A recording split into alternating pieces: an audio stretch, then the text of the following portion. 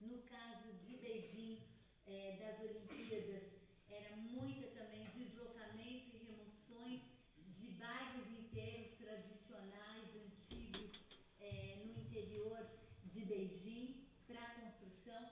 Claro que na China é tudo muito mais difícil encontrar informações, muito mais controlada a informação, mas se falava de 1 milhão de pessoas deslocadas, o que na China, né, 1 milhão tipo normal, né, é tudo vezes 10 mil, né, então parecia um número possível, né, plausível.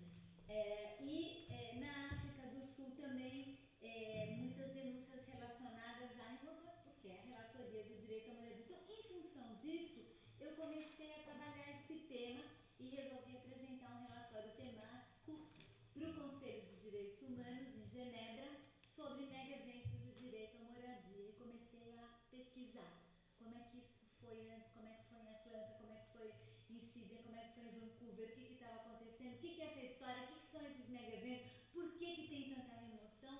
E preparei esse relatório temático que foi apresentado no Conselho em 2010, né? Em março de 2010, preparei o relatório em 2009 para apresentar em 2010.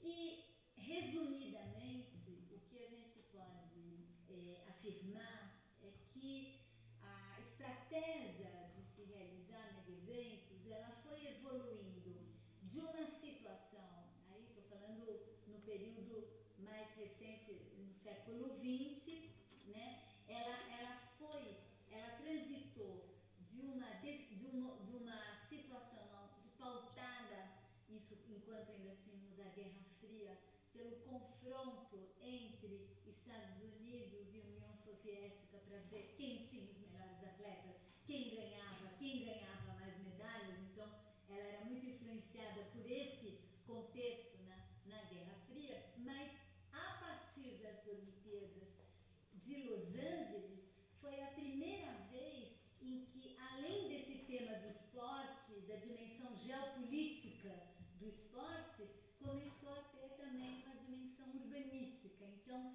em Los Angeles foi a primeira vez, antes, nessa dimensão da Guerra Fria, era basicamente um assunto de governos. O governo organiza, o governo banca, o governo faz tudo, o governo financia, e é um business de governos. A partir de Los Angeles, pela primeira vez, entra a iniciativa privada na produção de uma parte do evento. E no momento em que entra a iniciativa privada no patrocínio e no financiamento e começa a entrar, a gente começa a abrir um flanco dentro desse processo, que é o quanto o capital corporativo multinacional começa a entrar no patrocínio e no financiamento do mega-evento, evidentemente ligado a todas as possibilidades de lucro empresarial que o evento vai levar. Paralelamente a isso, na medida em que a gente começou a ampliar os efeitos das possibilidades de transmissão via imagem, via satélite, ao vivo para o mundo inteiro, esses eventos também começaram a se transformar cada vez mais em enormes estandes de venda, na medida em que você consegue atingir um público enorme simultaneamente internacional. Então, nas estratégias empresariais, isso é absolutamente fundamental, né? São produtos que você vende no estande de venda simultâneo para bilhões de pessoas no mesmo momento, produtos e marcas, né? Estamos falando também de um processo onde o valor mais importante deixou de estar no objeto produzido e no trabalho contido naquele objeto para ser um valor ligado à marca, ao branding, né? À grife. Então isso também foi transformando essas relações. E isso, Los Angeles é um marco e Barcelona é um segundo marco nos anos 90, aonde não apenas aí já plenamente a ideia de parceria pública e privada e de um poder empresarial nos jogos já estava presente, mas também Barcelona faz toda uma estratégia de renovação da sua infraestrutura urbanística, usando os jogos como alternativa para isso. Evidentemente, se a gente for discutir isso, a gente pode discutir isso um pouco mais para frente, quando se conta a história Barcelona, não se conta tudo que veio antes dessa história, né? Não se conta que, por exemplo, em Barcelona, mais ou menos 15 anos antes da Olimpíada, o governo socialista ganha a eleição lá pela primeira vez e faz um processo de investimento massivo nas periferias, na melhoria da condição da habitabilidade dos bairros operários, na transformação urbanística dos bairros operários, ganha um processo de transformação urbanística, de qualidade urbanística mais disseminada na cidade para todos e faz um processo de planejamento de reconversão da cidade, de cidade industrial para cidade de serviços na era global, usando então o potencial mobilizador de investimentos públicos que a Olimpíada podia ter, especialmente na Catalunha, isso era muito importante, contar com a grana do governo central, né? E faz toda uma estratégia de remodelação urbanística. A partir dali, em todas as experiências posteriores, sempre a gente vai ter uma relação entre um projeto e um processo de remodelação urbanística e a organização da cidade para os mega-eventos. E a dimensão transformada dos mega-eventos. E a dimensão transformada dos mega-eventos. E a dimensão transformada dos mega-eventos. E a dimensão transformada dos mega-eventos. E a dimensão transformada dos mega-eventos. E a dimensão transformada dos mega-eventos. E a dimensão transformada dos mega-eventos. E a dimensão transformada dos mega-eventos. E a dimensão transformada dos mega-eventos. E a dimensão transformada dos mega-eventos. E a dimensão transformada dos mega-eventos. E a dimensão transformada dos mega-eventos. E a dimensão transformada dos mega-eventos.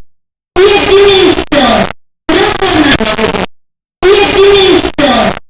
E a dimensão transformada dos mega-eventos. E a dimensão transformada dos mega-eventos. E a dimensão que tem no setor imobiliário, no investimento, no chamado real estate, um elemento fundamental do processo de circuito de valorização financeira. Sempre, né, o setor imobiliário é um setor que tem uma ligação muito importante com o setor financeiro, pela razão, né, pelas razões fundamentais, principalmente porque o ativo imobiliário é um ativo capaz de alavancar mais ainda finanças pela sua capacidade de ser colateral, de ser hipotecado.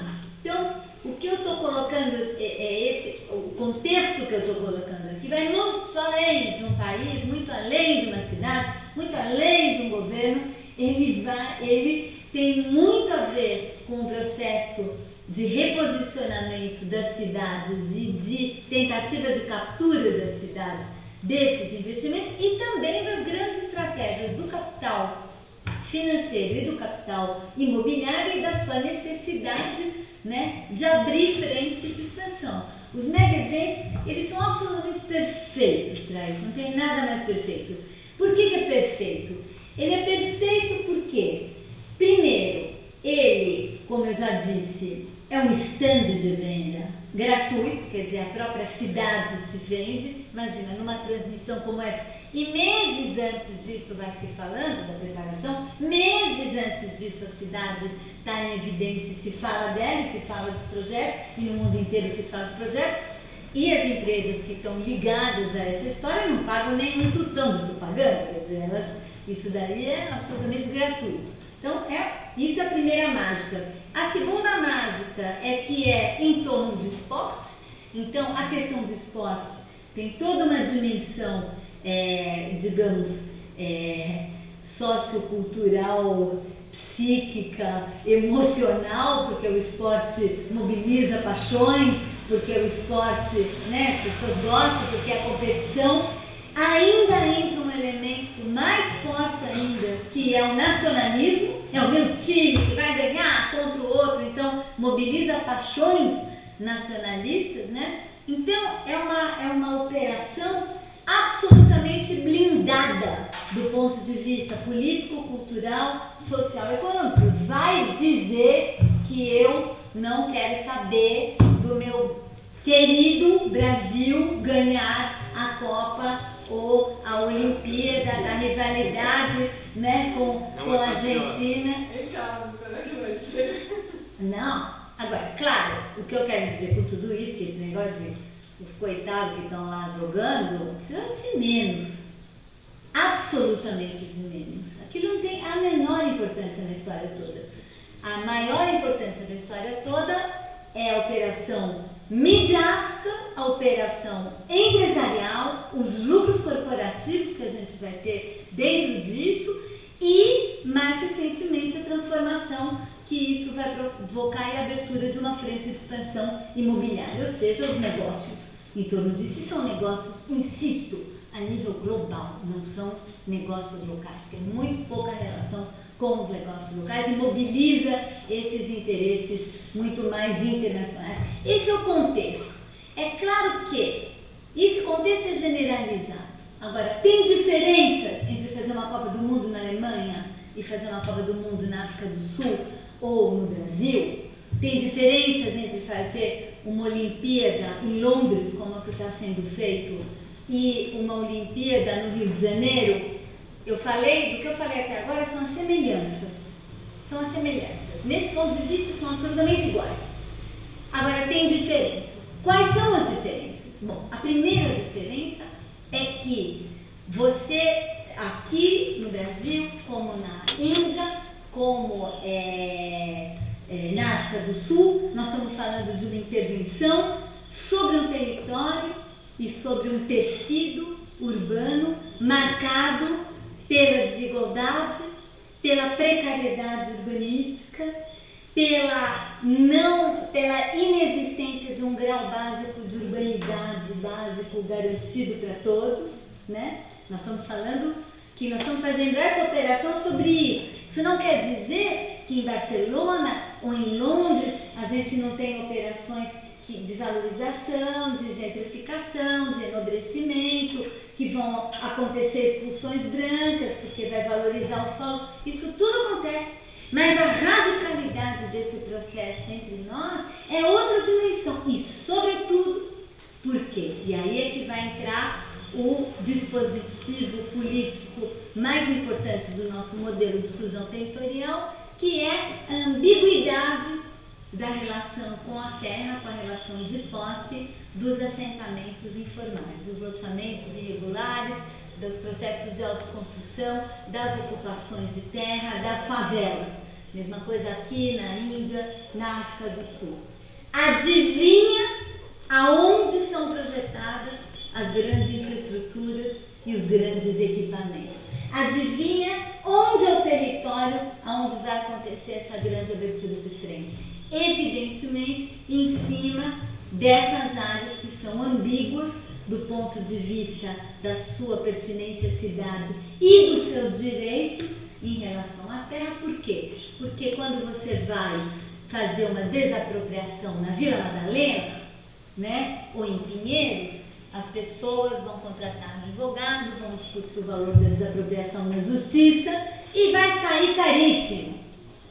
Mas em cima da favela, você vai lá, vai mandando todo mundo, vamos saindo daqui, pessoal, taranã, e ó, toma 5 mil, toma 10 mil, eu te dou aqui pela tua benfeitoria, e ter logo passe bem, que é mais ou menos os procedimentos que têm sido adotados nas várias cidades brasileiras nas suas preparações para a Copa do Mundo hoje, evidentemente com diferenças pelas cores e estilos locais dos governos locais e, sobretudo, também em função da capacidade de organização e resistência dos moradores, das associações, da sociedade civil, como que isso, qual é o jogo ali que ocorre. As diferenças têm muito a ver com isso, né? As diferenças de procedimento. Então, tem diferenças radicais entre Porto Alegre e Fortaleza, e não é só porque um está lá no norte e o outro está lá no sul. Tem uma diferença da forma como, né, o governo responde ao tipo de associação, tipo de resistência e como trata essa questão.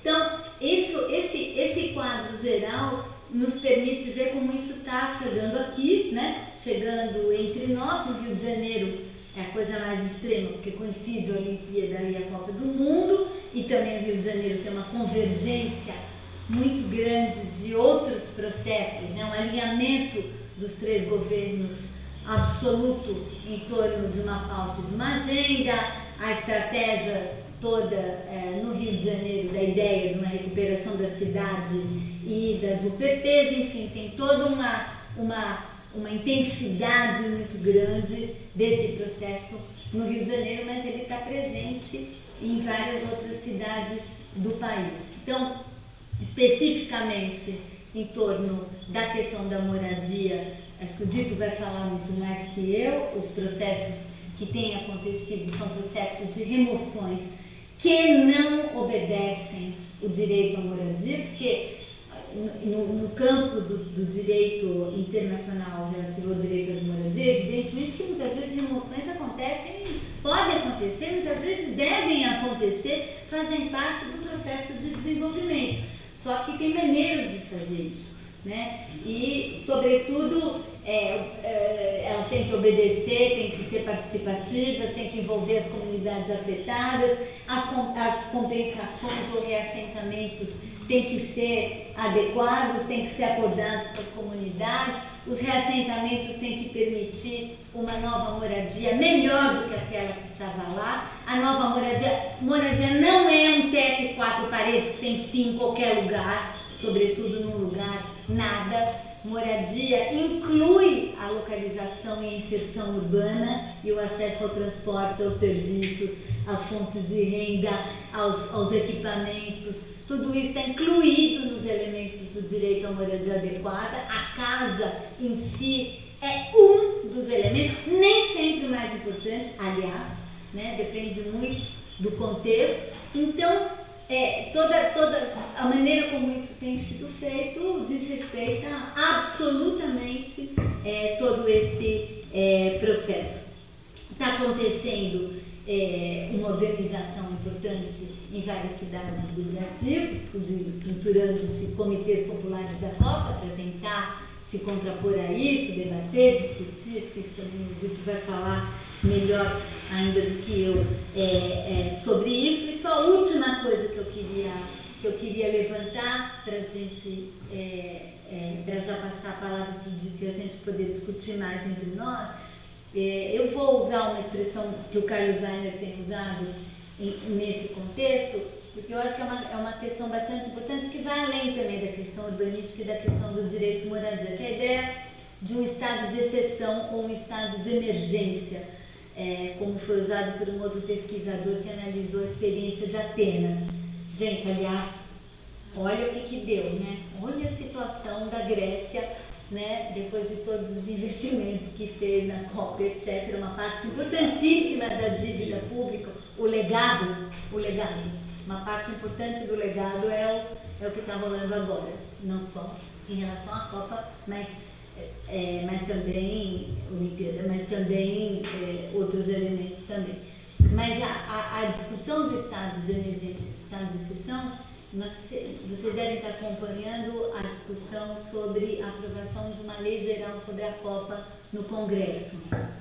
O Vicente Cândido, deputado federal, é o relator dessa lei, está discutindo, essa lei está em processo de debate na Câmara, mas, resumindo, a ideia é que, e se vocês examinarem a lei, eu li com bastante atenção essa lei e outras, ela declara o território como um território onde não se aplicam as regras e as leis definidas daquele país, e sim se aplicam regras e leis definidas no âmbito da FIFA.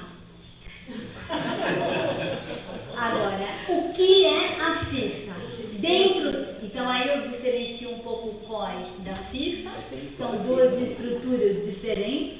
A FIFA, o COI, tanto num caso como no outro, tem tudo isso que eu falei. O COI tenta manter uma aparência muito maior de ética e credibilidade e pertinência às nações, procura, né, no processo todo de construção do relatório dos mega-eventos, eu procurei as duas instituições, a FIFA nem respondeu minhas cartas, o COI respondeu, fizemos várias reuniões, discutimos uma resolução em relação ao direito à moradia para entrar no texto, foram lá na hora de discutir isso no Conselho de Direitos Humanos, me mandam uma carta de vez em quando perguntando, e aí, tudo bem? Né? Enfim, disfarçam bem mais, né? Procuram bem mais manter uma certa credibilidade, né? Embora isso na prática não signifique muita coisa, mas a FIFA, dentro desse processo todo do mundo empresarial e corporativo, dos business, é a dona da bola. Não, é a dona da bola, mas assim, no mais puro estilo máfia, né? Uma estrutura absolutamente corrupta, uma estrutura onde os dirigentes textualmente ganham propina e é 10% do valor de cada estádio, né? É 10%. Por isso é que não pode reformar estádio, porque como eles querem 100 milhões para a FIFA, não dá para justificar como vai 100 milhões de propina para a FIFA numa obra que custe 300. Então tem que custar no mínimo 1 bi para entrar nos 10% regulamentar de propina. Que ninguém reclama, 10% de propina normal, ninguém vai reclamar. Agora, como é que você monta uma propina de 30%, de 35%? E é disso que se trata a discussão sobre reformar ou não estádio, que estádio fazer, que estádio construir. E a FIFA é basicamente isso, né? Não precisa dizer quem é Ricardo Teixeira, quem, né, suas contrapartes, enfim, essa história toda está sendo muito dita. Então, imagina o que é criar um território sob gestão da FIFA. Tem coisas dentro dessa lei, para além dessa coisa do direito à moradia, do tipo assim, você pode declarar território FIFA não apenas a cidade sede dos jogos, mas qualquer outra cidade que, por exemplo, transmita o jogo num telão, numa praça pública, então não sei, um raio de não sei quantos quilômetros em torno do telão é território FIFA.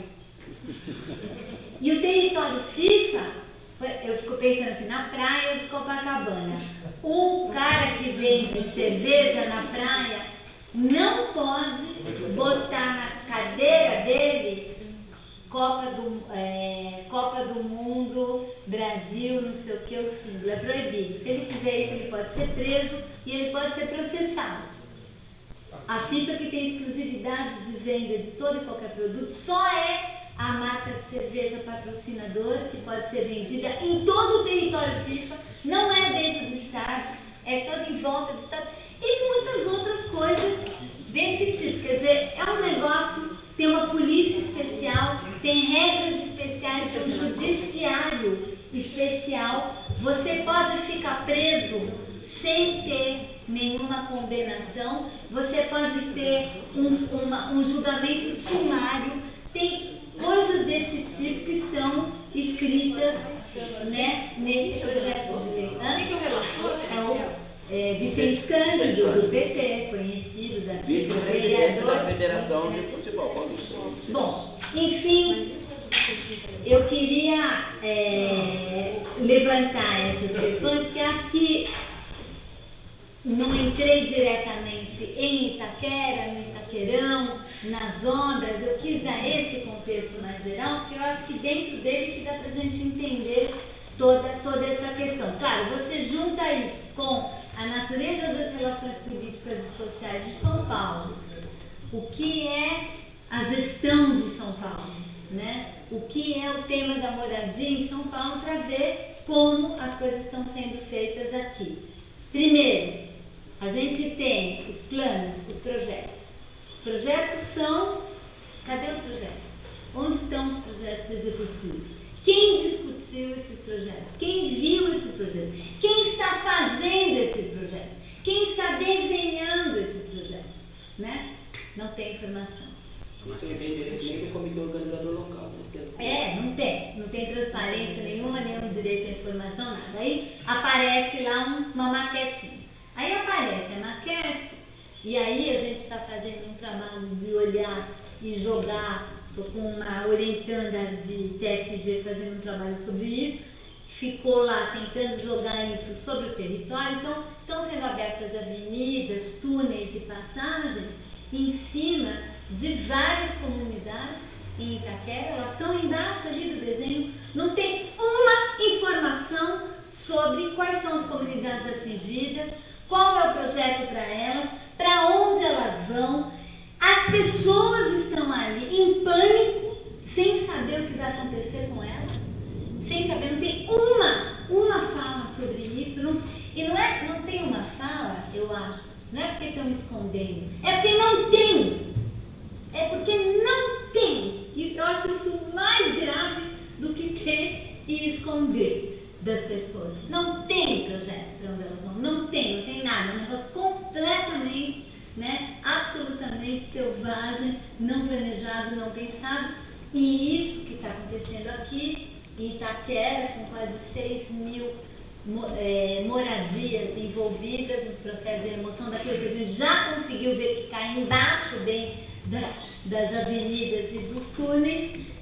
Isso também está acontecendo em outras cidades do Brasil, exatamente da mesma maneira e como um processo generalizado, como se o Estatuto da Cidade, o direito à moradia na Constituição, o direito à terra e moradia, em todas as leis de regularização, as 450 leis de regularizações que foram decretadas, isso aí não vale nada, não serve para nada. Desculpa, pessoal, a gente estava brincando, não é? Agora que tem dinheiro, que é para valer, então isso tudo não vale mais nada, não serve mais para nada, porque agora vamos falar sério, com as coisas que realmente importam, que são esses grandes investimentos e os seus interlocutores. Acho que é essa situação que a gente tem hoje em São Paulo e no Brasil, e acho absolutamente fundamental que uma resistência e uma contraposição a esse processo, por mais difícil que seja,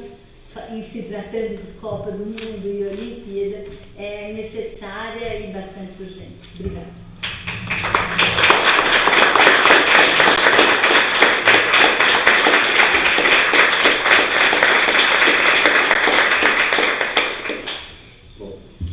Posso rapidamente falar, antes de você assumir, que nossa transmissão online está acontecendo, está um sucesso, já temos quase 20 pessoas assistindo, sendo que tem gente em Portugal,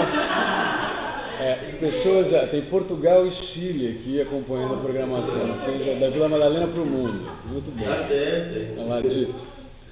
Bom, boa noite também para todos e todas. Eu queria agradecer o convite aqui da Casa da Cidade, para que a gente pudesse vir aqui fazer parte desse debate, na mesa de com a Raquel. A gente tem tido a oportunidade, de estar junto em vários momentos nesse processo, A Raquel cuidando um pouco mais desse processo mais geral. A gente tem levado ela e os comitês populares para várias comunidades, grupos, a importância também que a Raquel tem toda essa conjuntura e a visibilidade também que ganha, fala dela nesse processo, e o processo também de fortalecimento das nossas comunidades nessa dura resistência que é viver e passar por esse momento. Importante também a gente fazer essa reflexão aqui hoje, porque é um dia muito especial para nós, que nós do Movimento Moradia acabamos de fazer uma série de ocupações na cidade de São Paulo. Foram 10 ocupações, de ontem à noite para cá. Nós já tínhamos feito 4 no começo de outubro, na Jornada Nacional de Luta, aqui em São Paulo, e agora mais 10 prédios aí, do governo municipal, privados, e também da CDHU, que o movimento decidiu ocupar, no texto nós dizemos que nós perdemos a paciência e perdemos o medo, da situação que está vivendo a cidade de São Paulo. Dentro dessa linha que a Raquel colocou, do tal stand de venda, da cidade vitrine, esse espaço, essa cidade, então não tem lugar para os sem teto, não tem lugar para os favelados, para os trabalhadores informais. Vocês viram os camelôs que aconteceu a semana passada, aqui em São Paulo, ali na Feira da Madrugada, a forma como que a prefeitura tratou os trabalhadores, Tem duas estratégia. A primeira estratégia é de desqualificando, né, e criminalizando. Quando é um movimento social, um processo pesado de desqualificação dos movimentos, os trabalhadores informais, processo de criminalização muito grande primeiro, né? Sempre esses processos, eles vêm, né, junto com esses processos, vem sempre um processo de estigmatização das comunidades, né? Vou comentar um pouco sobre essa questão da nova luz, que todo mundo está um pouco discutindo, né? Desvalorização, rebaixamento imobiliário, valorização imobiliária da região, né? Criminalização do povo, né? E depois expulsão, pura e simplesmente um verdadeiro ataque, né? Como aconteceu com os trabalhadores informais na semana passada, aqui na região da Feira da Madrugada. Porque a Prefeitura de São Paulo tem um projeto para a reurbanização do Parque Dom Pedro, que passou inclusive pela demolição, né, do edifício São Vito e Mercúrio, e tem todo um projeto de renovação urbana, junto com Nova Luz, um projeto de renovação urbana para a região do Pari, né, e do Parque Dom Pedro. Né? Então, dizendo assim, que esse projeto da cidade de vitrine, estande de venda, né? Então não tem lugar para favelado, para sem teto, morador de cortiço, morador de rua, né? E os impactos, né, sociais, né? Então os impactos da Copa, né, eles batem diretamente sobre esses grupos, né, e sobre essas comunidades. Não é à toa que o conjunto de projetos, né, em curso na cidade e na região metropolitana, né, eles são todos praticamente, né, para terminar ou em 2014 ou pouco depois de 2014, mas a meta é 2014. Né? Então, por exemplo, agora as obras, né, o processo de privatização do aeroporto de Guarulhos e a construção aí do terminal do aeroporto, o novo terminal do aeroporto de Guarulhos, que é toda essa discussão da situação dos aeroportos, né, que não vai ter, como vem muito turista, né, para os jovens, não sei o que, né, tem que construir lá o outro terminal do aeroporto. Se construir o tal terminal do aeroporto, não sei se tem alguém de Guarulhos aqui, pelo menos 4.000 famílias vão ter que ser removidas lá na região de Guarulhos, né, para a construção, né, porque é como se fosse aquela volta assim do aeroporto, eles vão fazer mais um pedaço, né, do terminal do outro lado. Né? E ali tem um monte de comunidades, né, que vão ser removidas para fazer as obras do aeroporto. Né?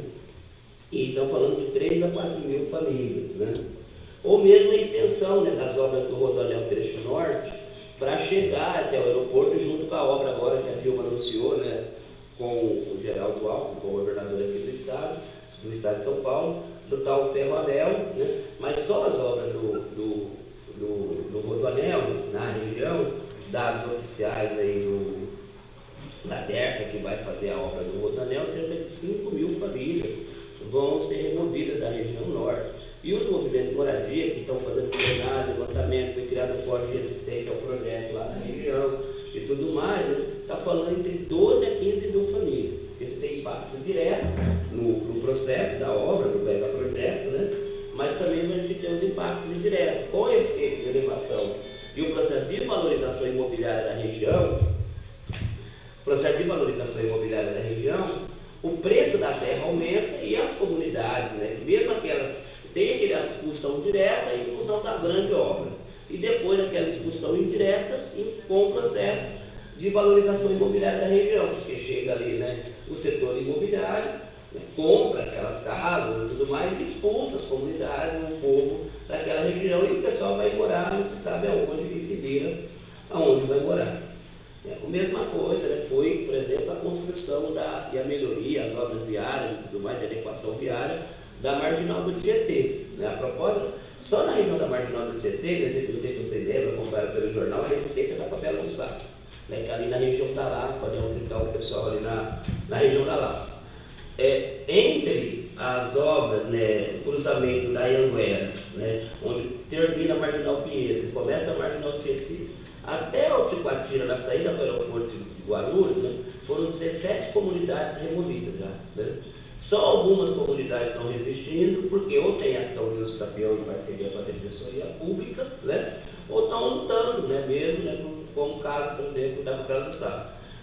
Mesmo a favela do Moinho, um pouco mais para frente, tem uma ação de uso campeão deposta pelo pessoal do escritório modelo na parceria com a Defensoria Pública.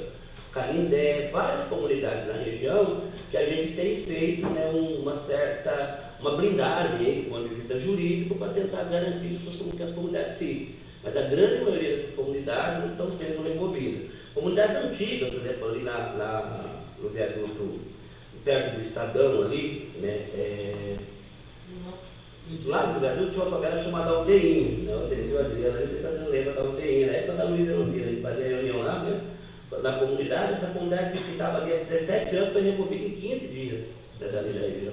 Simplesmente varrida, comunidade de quase 2.000 pessoas removidas praticamente da noite para o dia, né. Uma associação, muitas vezes, né, ao tráfico local, inclusive, para ameaçar as comunidades, as pessoas, e tirar todo mundo dali, né. E com aquela proposta que a Raquel falou, né? Então chega na casa das pessoas, coloca um número, né? Marca a casa, um símbolo que as pessoas não entendem, né?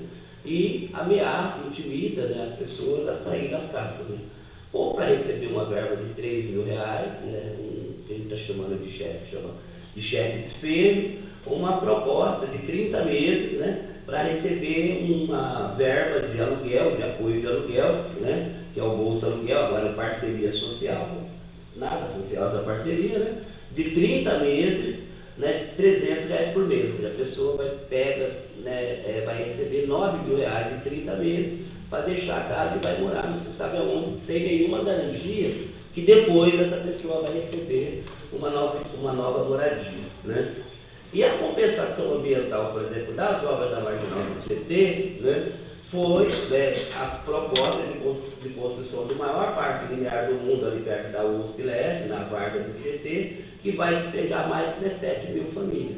Então, esse processo, né, em curso na cidade de São Paulo e na região metropolitana, para se concluir até 2014, ou mesmo passando até 2014, é para transformar a cidade de São Paulo nisso que a Raquel falou, né, num grande distante de venda, né, se possível, o mais rápido possível, sem pobres, sem população em situação de rua, sem ambulante, sem favelado, sem cortiçado, né?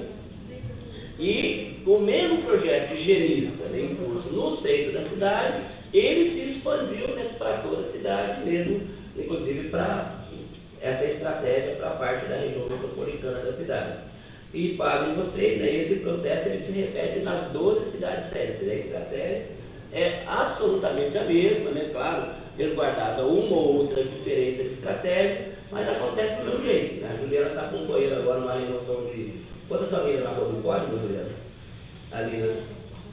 50 famílias na Rua do Hipódromo, né? A proposta da prefeitura é isso, né? Uma bolsa aluguel, leva as pessoas sair, né? Não tem proposta de reassentamento das comunidades, não tem projeto, tem absolutamente nada. Então, é uma política, né, então, muito maior, né, montada, de fato, né, para expulsar os pobres. Por isso que nessa conjuntura a importância, né, das nossas ocupações aqui no centro de São Paulo, a importância da construção do comitê, do movimento Acampa Sampa, né, que está ali debaixo do Vale do Engabaú, né, ali na região do Vale, uma conjunto de outras ações que vem acontecendo na cidade, né, porque tem muitos grupos de resistência, muitos, vocês não conseguem nem imaginar, porque todos os dias surgem, né, grupos, articulações locais, processos, né, com articulações de movimentos culturais, né, se organizando para resistir, e no Brasil inteiro, né, para resistir a esse processo. Muitos jovens se envolvendo nesse processo, né, o que nos dá uma esperança de que a gente pode barrar, ou minimamente, né, construir uma alternativa a essa agenda que está em curso na cidade de São Paulo e nas 12 cidades onde vão acontecer os Jogos da Copa do Mundo 2014 ou no Rio de Janeiro, né, a Olimpíada de 2016. Né. A gente conseguiu aprovar agora, né, depois de muita briga, né, duas resoluções importantes. Né, uma medida provisória. A medida provisória, claro, que ela está embutida uma outra coisa, mas é sobre a questão dos reassentamentos em função, né, da situação climática, né? Mas muitas das remoções hoje que vem acontecendo na cidade de São Paulo, na cidade do Rio de Janeiro e mesmo em outras cidades, é o risco ambiental. Eles estão associando o risco ambiental aos processos de remoção e aos processos de despejo, né? E o artigo 3 lá da medida provisória 547, né, fala da obrigação do reassentamento das comunidades, com a garantia do reassentamento. E a outra coisa foi a constituição do comitê, do grupo de trabalho no âmbito da Secretaria Nacional de Direitos Humanos, né, para a gente também monitorar essa questão dos despejos, das remoções, enfim, fortalecer também no âmbito nacional as denúncias. Nós temos também uma parceria com o Ministério Público Federal, né, que tem cumprido um papel importante nessa agenda, né, no sentido também de fazer não só as defensorias públicas, né, em nível da União, mas também as defensorias públicas locais, o Ministério Público Federal e os Ministérios Públicos estaduais também têm tido um papel importante nessa agenda, no sentido também de construir esse processo de resistência junto às comunidades para evitar, né, as remoções, né, essas remoções que são absolutamente, né, arbitrárias, né, indevidas, enfim, né, inadequadas, né, do ponto de vista, né, daquilo que está discutido, né, e apontado, inclusive, né, não só no relatório, mas naquilo que a ONU determina, né, como garantia do direito à moradia digna ou do direito à moradia adequada para as comunidades, né. Aqui em São Paulo nós temos constituído um comitê popular, na Copa, né, nós temos, na verdade, 2 comitês. Tem um comitê popular que está constituído, que é um comitê de caráter um pouco mais geral. A gente se reúne uma vez por mês no Sindicato dos Advogados para discutir estratégias de luta, de resistência, e tem vários grupos. Então tem a Associação Nacional dos Torcedores, né? Aí tem um grupo chamado, que articula também lá com a Associação Nacional dos Torcedores, que é o Autônomo Futebol Clube. Tem o pessoal do Autônomo também legal, é uma molecada boa aí, né? Tem também o pessoal da Assembleia Popular, do Jubileu Sul, vários outros grupos, né? O pessoal do Movimento de Moradia, nós da Central de Movimentos Populares, um conjunto de organizações que está se reunindo uma vez por mês no Comitê Popular da Copa. Temos feito uma parceria estratégica boa com a Defensoria Pública, no sentido de buscar garantir ou resistir aos processos de remoções. Quando não consegue nenhuma negociação da prefeitura, nenhum tipo de articulação, interpõe e entra com as ações civis públicas, né, para tentar impedir a remoção ou despejo, para tentar ver se a gente consegue garantir algum tipo de negociação nesse processo, ou mesmo uma alternativa de reassentamento para as comunidades. No caso lá de Itaquera, foi constituído um outro comitê. Tem 2 movimentos em Itaquera. Tem um movimento em Itaquera chamado Nossa Itaquera, é um movimento antigo já da região, né? E dentro do Nosso Itaquera, né, tem comerciantes, né? Então tem gente que acha que é isso mesmo, vai fazer uma valorização imobiliária mesmo, mas uma parte do Nosso Itaquera, que é o pessoal ligado à moradia, né, se articulou um outro grupo, né, esse muito mais assim, combativo, mais radical, né, porque é um novo, né, são novos atores que vão surgindo nesse processo, né, que é um comitê chamado Copa para Quem, né? E junto, né, porque perceber, e claro, foi uma ação inteligente dos 2 grupos, que parece que um não vai viver sem o outro nessa agenda, né? Porque então eles têm se articulado, conseguiram fazer, né? Porque as comunidades na região de Itaquera, elas estão muito desorganizadas, né? Por quê? Porque estão ali há muitos anos, são comunidades consolidadas, e até então estavam lá, né, vamos dizer assim, né?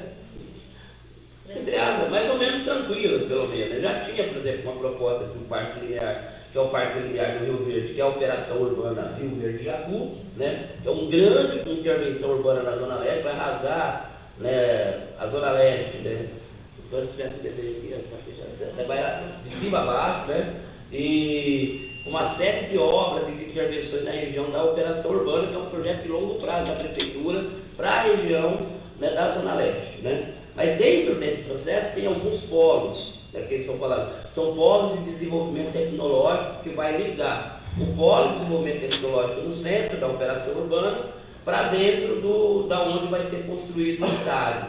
E aí que a Raquel falou que na construção desse polo tecnológico é que vão passar, vai ser feita a abertura de ruas, de avenidas, né, nesse processo, e aí, né, por incrível que pareça, né, praticamente todas as comunidades da região, favela, vão ser removidas. Então, é a favela, é o Vila da Paz, né, que é a favela mais conhecida, que tem aparecido mais, que o pessoal tem, né, tem mais se organizado, né, é o seu Pedro que está lá, né, tem um grupo bom. A Caetitu, né, que é uma favela também que está próxima a Jacopêssego, né. É o Parque Linear do Rio Verde, então, que é um rio mesmo que sai quase do estádio, então aí tem algumas comunidades também que vão ser atingidas, né? A Vila Progresso, que faz parte de um plano de alargamento da Marginal da Rádio Leste, uma comunidade chamada Campanella, que é mais no centro de Itaquera, e uma outra comunidade que também é atrás do shopping de Itaquera, que é uma comunidade chamada Pacarana Zorrillo. Tem mais um monte de comunidade pequena, então descobrimos agora que tem um conjunto que foi construído pela então prefeita Luiz Erundina, que é um conjunto chamado Jardim Rincão, que está ali, né, também perto, e eles estão morrendo de medo, porque não está fazendo parte, eles estão com medo de ser removidos e tudo mais, então foram na prefeitura disse que não tem nada, mas como eles estão falando isso direto, a gente estava falando, olha, os projetos estão aí, porque a Jéssica fez um mapeamento sobrepondo os mapas, os projetos, porque ninguém conseguia informação, e a gente viu que quando coloca os mapas, está tudo em cima das comunidades, né? Então, foi importante da Jéssica aqui um dia, né, para mostrar o trabalho que ela fez, né? E ela foi mesmo, você vai fazer, menina, ela fez, ficou bonito o negócio, né?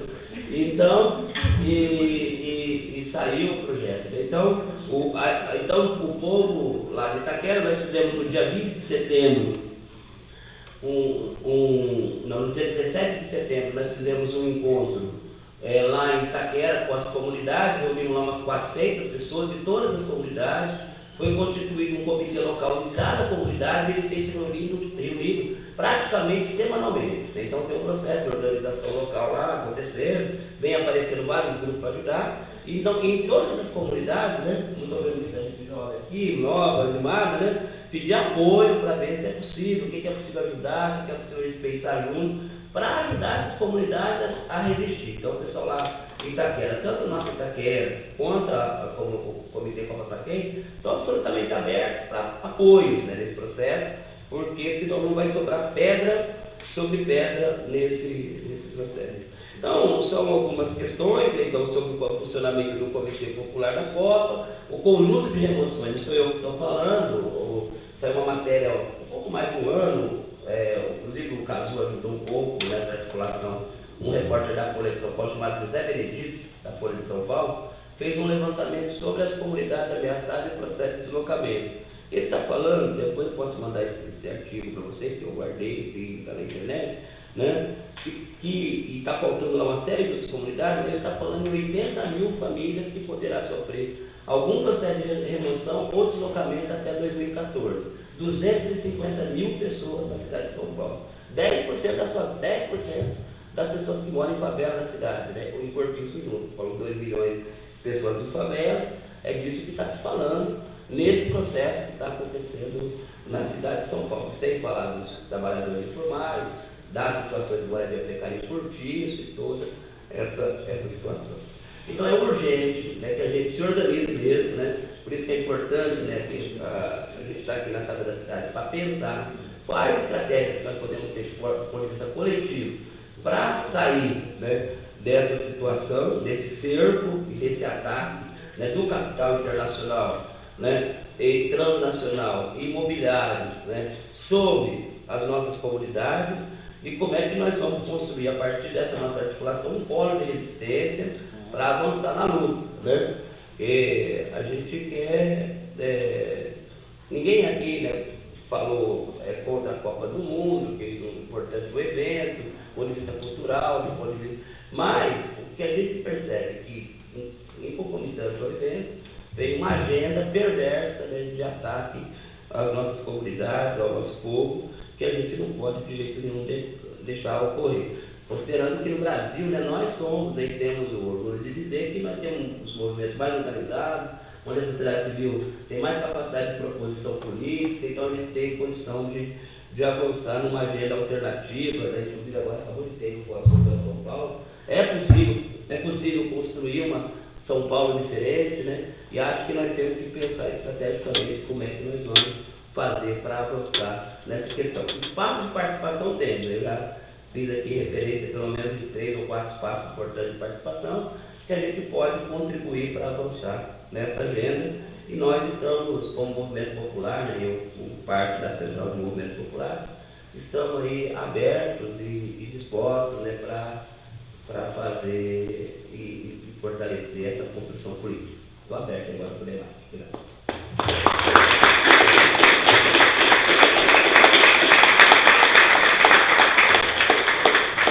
Obrigado, Dito. Antes de passar para o debate, dizer que a Casa da Cidade, novamente, né, estou muito agradecido à participação de todos vocês. Agora, na sexta-feira, nós teremos um debate, um ciclo de debates que está acontecendo na Casa de Jango Alula, reflexões sobre o movimento socialista no Brasil e suas perspectivas. A gente vai receber aqui na Casa da Cidade o Stedley, e a partir das 19h30 também com transmissão online. E no dia 21 agora de novembro nós teremos um debate sobre a financiarização do mercado imobiliário, que vai ter como debatedores a Mariana Fix e o Kazu Nakano. Então vocês estão todos convidados. Aqueles que não puderem, também às 19h30, aqueles que não puderem comparecer fisicamente, acessem, porque agora a gente está tentando extrapolar os muros aqui da casa, mas são todos muito bem-vindos sempre aqui também. Vou pedir para o Adriano ajudar aqui na mediação. Eu fiquei com a dupla tarefa, aí é mais fácil para a gente trabalhar junto. Obrigado.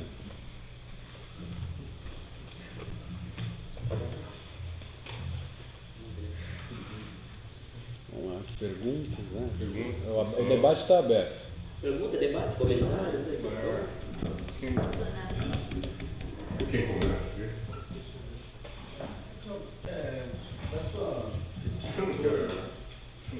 Seu nome? Meu nome é Hélio. Dessa pesquisa toda que você fez na relatoria, essa legislação de exceção é regra, mesmo nos países europeus, de primeiro mundo? Acho que era bom as 2, 3 perguntas, senão eu não vou conseguir. Se tiver, tem mais? Senão a gente já vai perguntar. Tem uma aqui.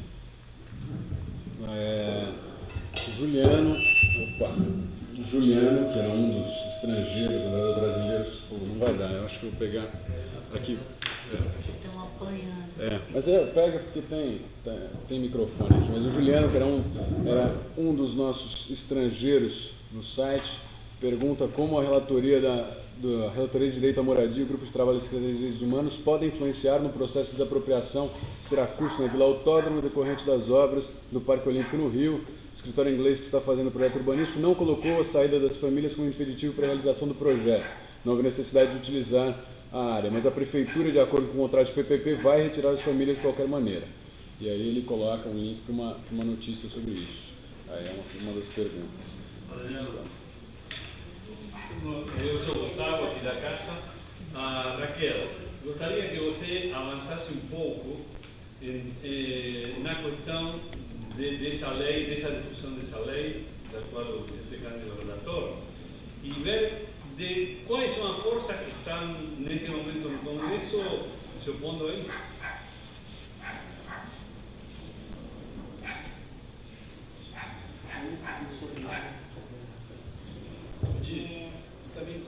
Também informação da onde a gente consegue saber como acontecem essas reuniões. Seu nome? Isso, se apresenta. Isso. Leonardo Vieira. Eu queria perguntar como que vocês percebem que o movimento sindical tem reagido a essas preocupações, tanto na maneira de influenciar a própria lei geral e das cidades, das duas, né? E como tem avançado a comunicação entre o que aconteceu na África do Sul e no Brasil. Parece que a FAS tem acompanhado isso de perto.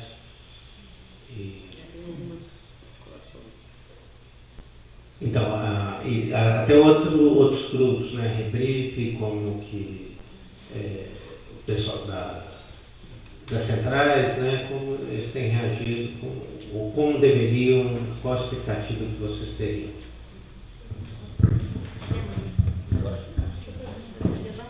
Então, vamos lá. Deixa eu começar por essa questão das leis de estado de exceção e estado de emergência, que são particularmente importantes nas Copas do Mundo, né? porque elas determinam esse espaço por onde circulam os privilégios dos patrocinadores, né, das empresas patrocinadoras e do capital corporativo. Essas leis especiais da Copa, quando o governo apresenta uma proposta de sediar uma Copa do Mundo e ele é escolhido no processo de seleção, ele assume um compromisso com a FIFA. E um dos elementos desse compromisso é justamente construir condições institucionais, legais e jurídicas favoráveis para o evento. E aí há um processo de negociação entre o governo e a própria FIFA e o Congresso, né? Quer dizer, um jogo político ali, para se definir como vão se dar essas questões.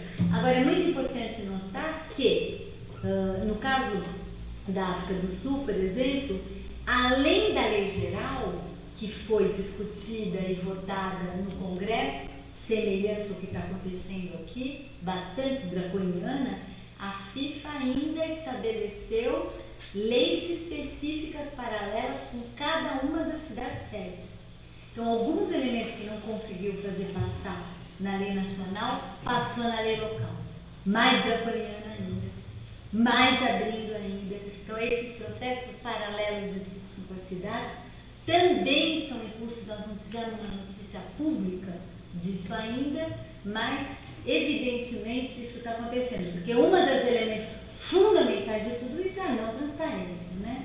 É um processo que você não tem nenhum tipo de controle público e de que os processos decisórios, os processos de interlocução passam por canais que não são os canais tradicionais dos processos decisórios. Então, né, você não tem muito como captar aonde que isso está acontecendo, em que fórum, quem está discutindo com quem está falando com quem está entrando dentro desse debate.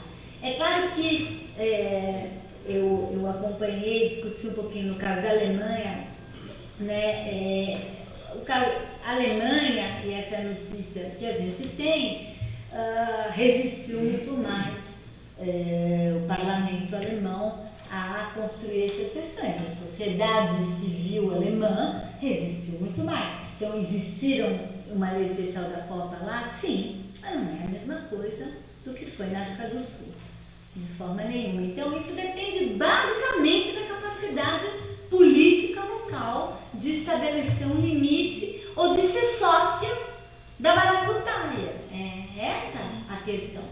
Então, respondendo um pouco a tua questão, olhando para o panorama político brasileiro, responder essa questão é te responder quem são as forças políticas que são sócias da maracutaia hoje no país e abertas para isso, quem são as forças políticas que existem, né? Como que isso no Congresso, dentro do próprio Congresso Nacional, né? E o futebol e toda a armação que tem em torno do futebol. Então, não é diferente disso.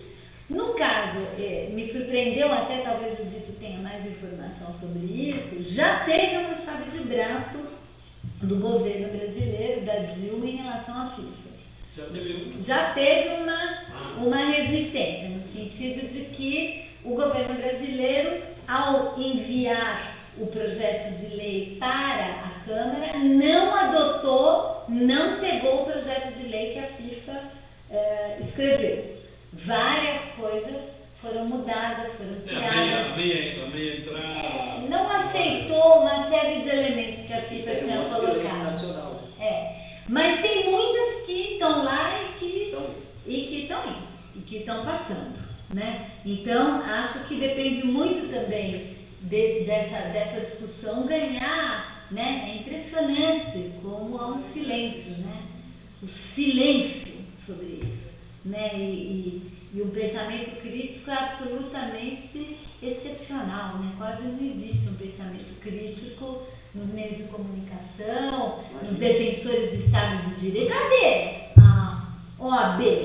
Cadê os grandes defensores do Estado de Direito? Onde é que eles estão na hora que a gente vai discutir a construção de uma excepcionalidade?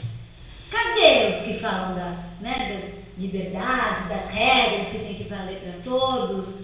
Então, tá onde? Né? Então, é impressionante o silêncio e qual a capacidade que vai ter de interlocução. Porque a ameaça, a FIFA chantageia o tempo todo. Vocês veem aqui, quando sai uma notícia, não sei quem vai perder a Copa, não vai ter ali a abertura. Aquilo é chantagem para então rapidamente aceitar tudo. Então tem um jogo aí bastante pesado, né, que é feito e que o país fica ali, né, vai ou não vai.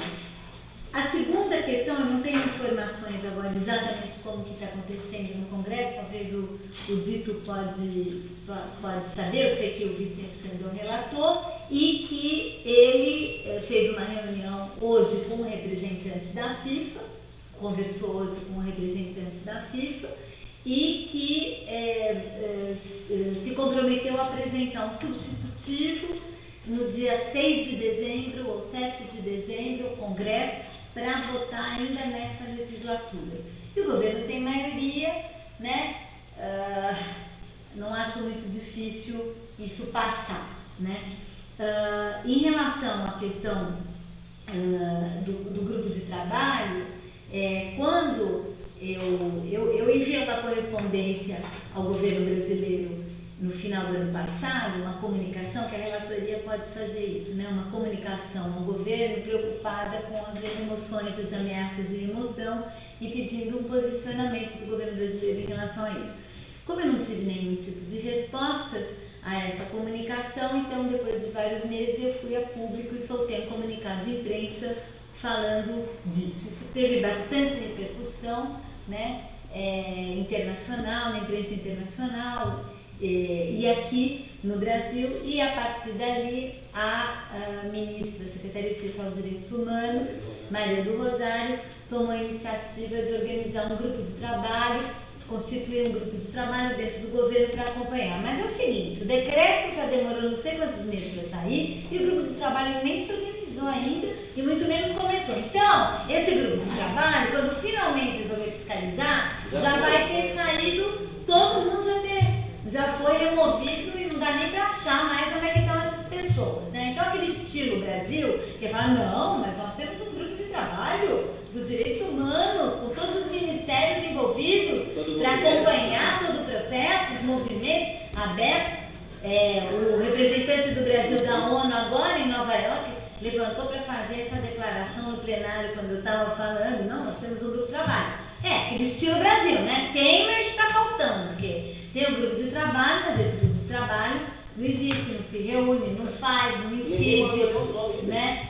Nem, então, realmente, né? Fica com uma cara de que está acontecendo muita coisa, mas não está. Agora, é claro que essa movimentação toda, isso vai mudando o comportamento. Isso é importante fazer justiça aqui. Por exemplo, em Porto Alegre, a remoção das famílias que foram removidas para a ampliação do aeroporto, como é o nome daquela comunidade do aeroporto de Salgado Filho, foram removidas e a remoção teve um monte de problemas, não ficaram prontos os equipamentos, pessoas foram removidas e não tinha escola, não tinha posto de saúde, atrasou a hora, teve milhões de questões.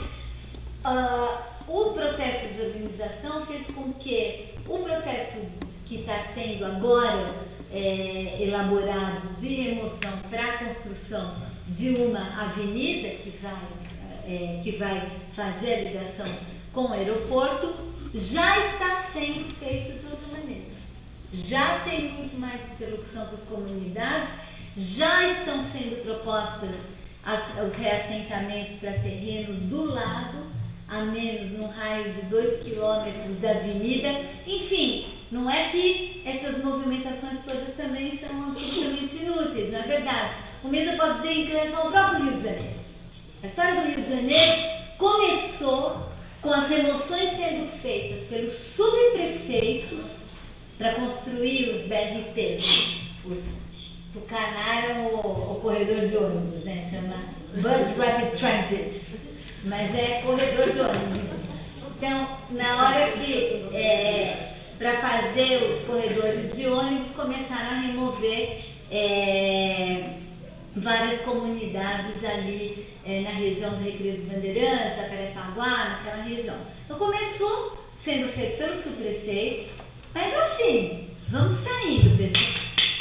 Chispa, com vídeos, inclusive mostrando o trator da empreiteira que está construindo a reta escavadeira, da empreiteira que está fazendo a obra do corredor, derrubando a casa com as coisas das pessoas dentro da casa.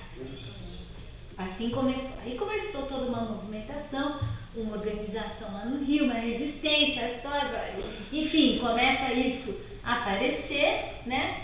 Hoje saiu um novo decreto da prefeitura colocando um valor máximo de indenização muito maior, dobrando, era um valor máximo de indenização de R$40 mil, saiu um novo decreto que o valor passou para R$80 mil, valores de indenização desses assentamentos, colocando mais condicionalidades, enfim, isso vai também aqui e ali abrindo um espaço, né, para se discutir.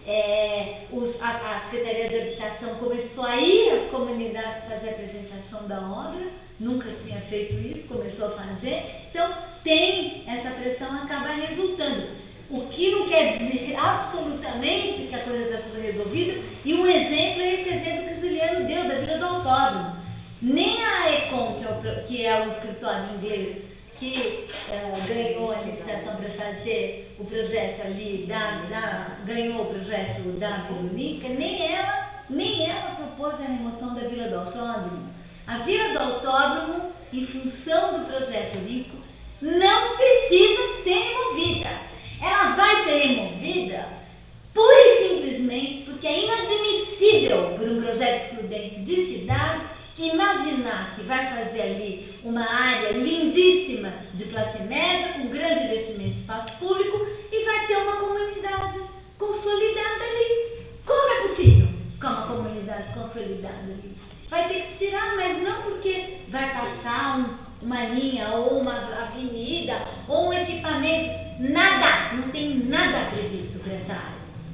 Então, a Vila do Autódromo acabou se transformando num símbolo de resistência, porque ela já resistiu à remoção no PAN. No Pan-Americano já queria remover.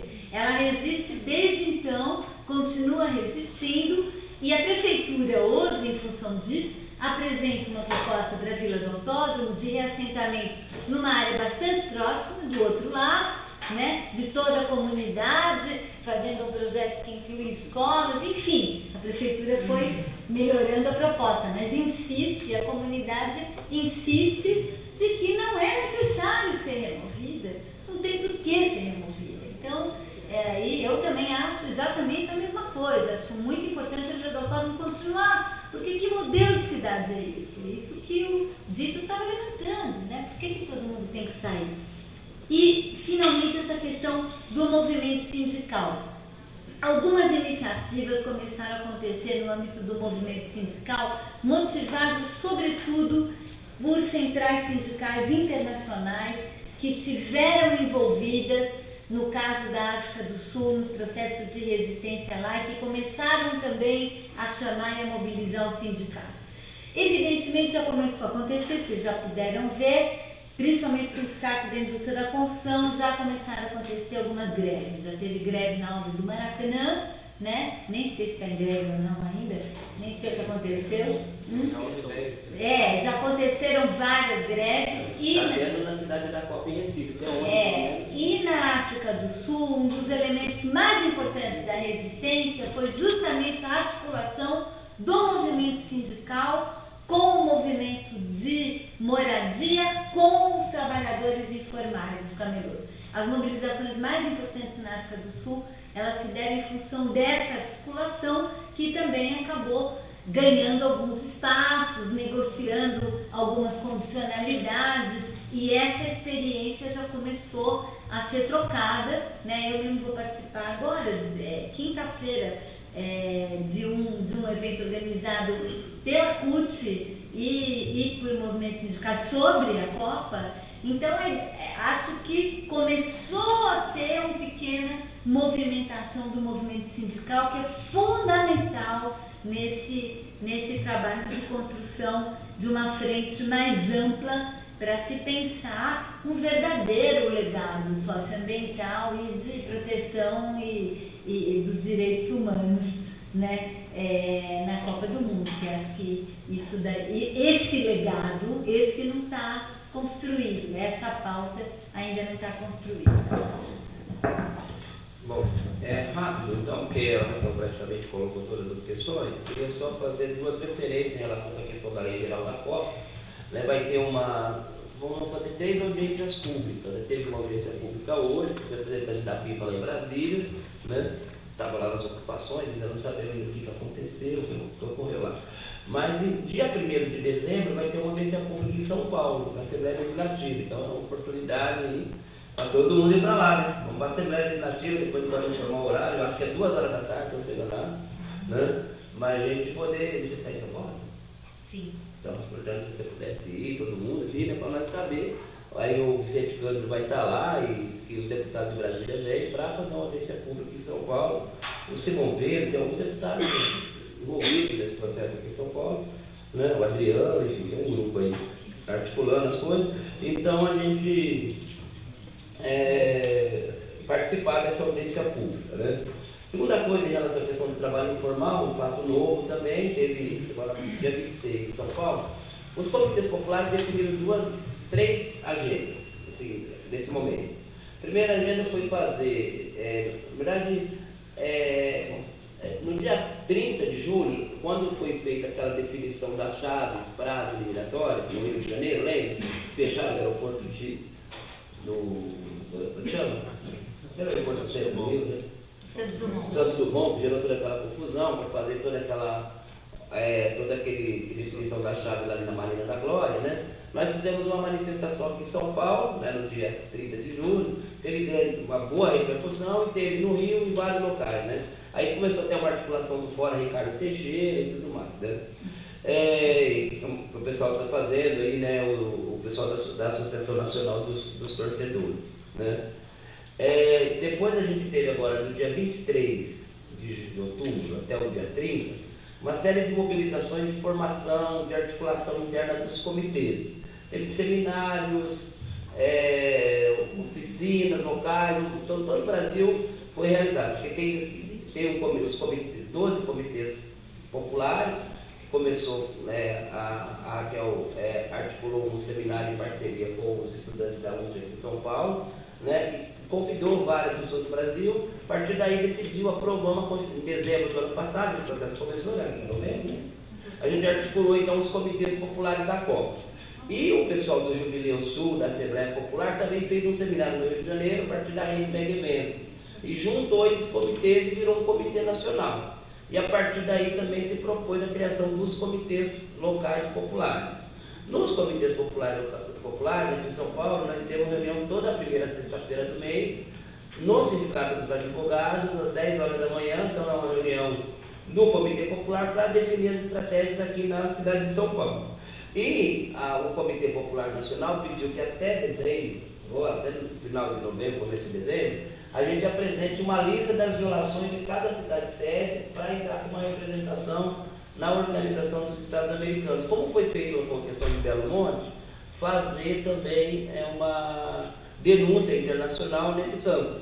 E nós temos ali a Raquel, né, nesse momento, né, e outras pessoas, tem tido lá na Comissão de Direitos Humanos da ONU, tem tido um papel importante nesse processo de visibilização das denúncias. Por isso que é fundamental a gente preparar o dossiê, né, então, para a gente poder fazer a denúncia, né, na OEA, né?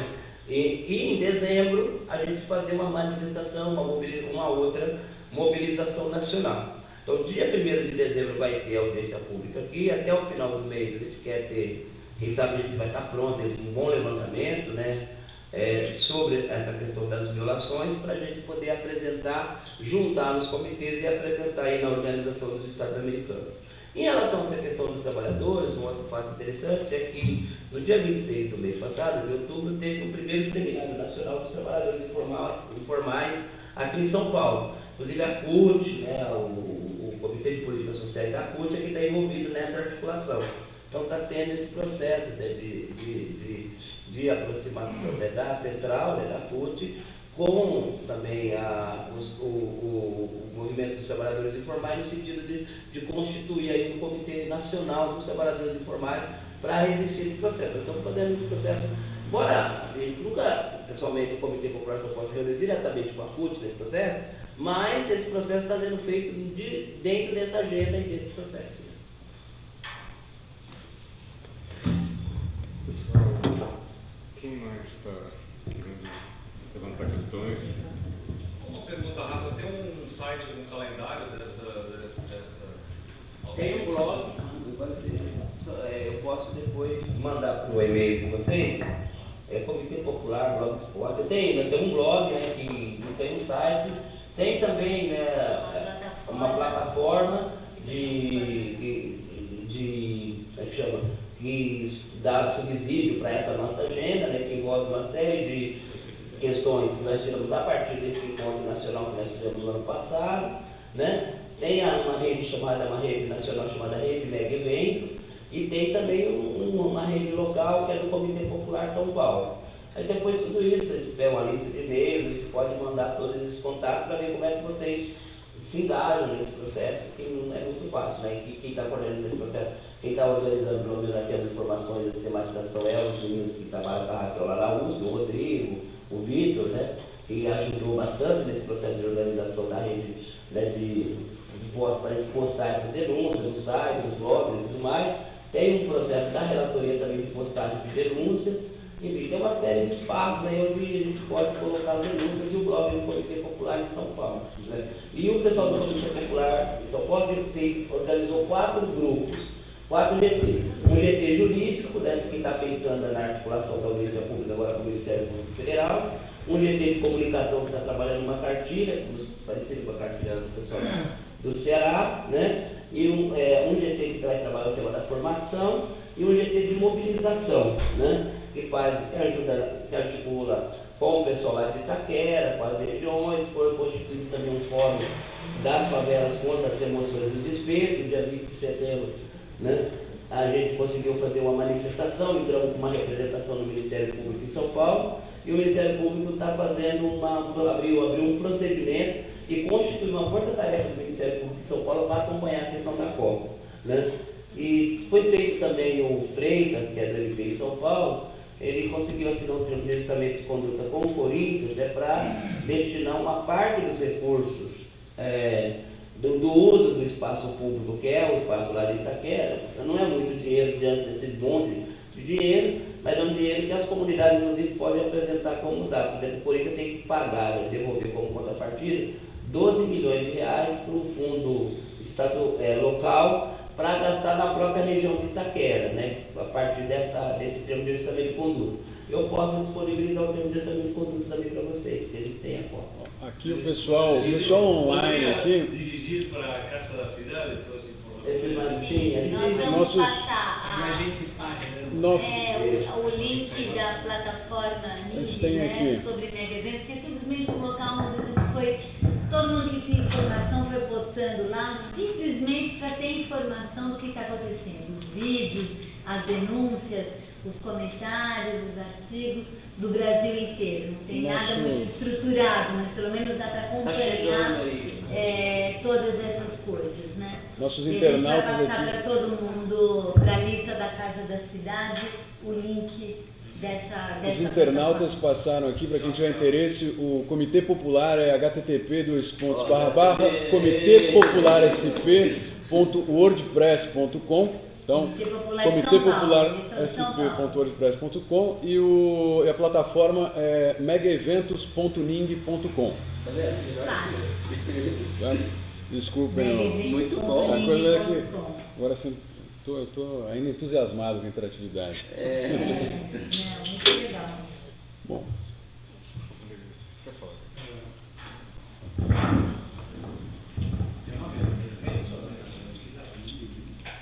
Acho que é uma pergunta mais dirigida à Raquel, né? O Brasil é um paraíso fiscal do sistema financeiro internacional, correto? Pela taxa de juros, né? Exatamente. Qual é coordenação da escolha do Brasil enquanto sede e enquanto a aplicação desse dinheiro internacional, do capital financeiro, que a gente presencia que está em crise, entre aspas, sabendo que o sistema financeiro está abarrotado de dinheiro. Haja visto que todos nós que temos em conta em banco, eles caçam a gente de formas e formas para dar, entre aspas, dinheiro para nós. A juros altos, obviamente. Qual é a relação da escolha do Brasil para esses eventos? Mais alguma pergunta?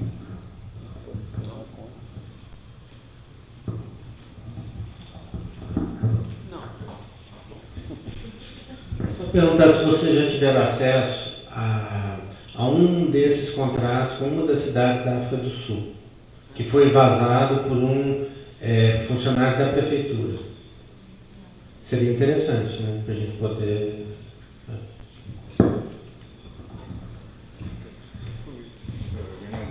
Me dando mais uma questão.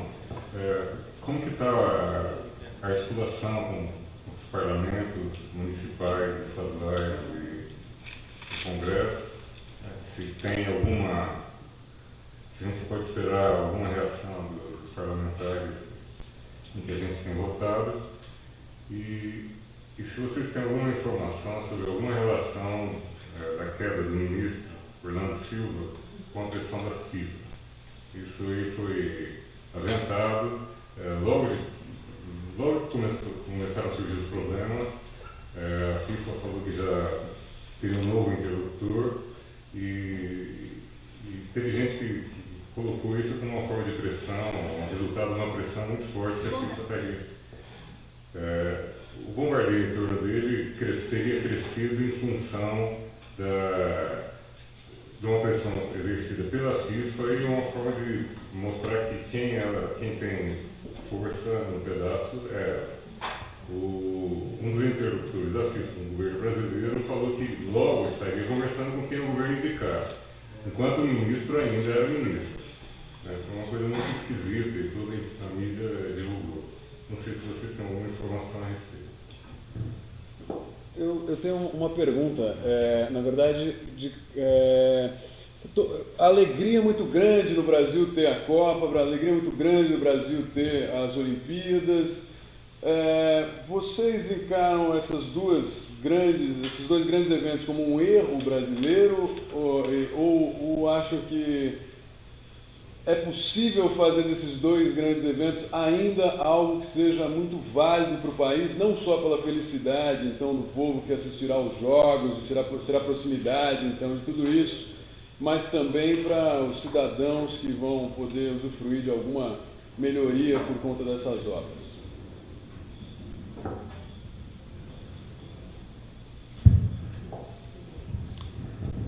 Bom, a escolha do Brasil, e de certa maneira dialogando também com isso,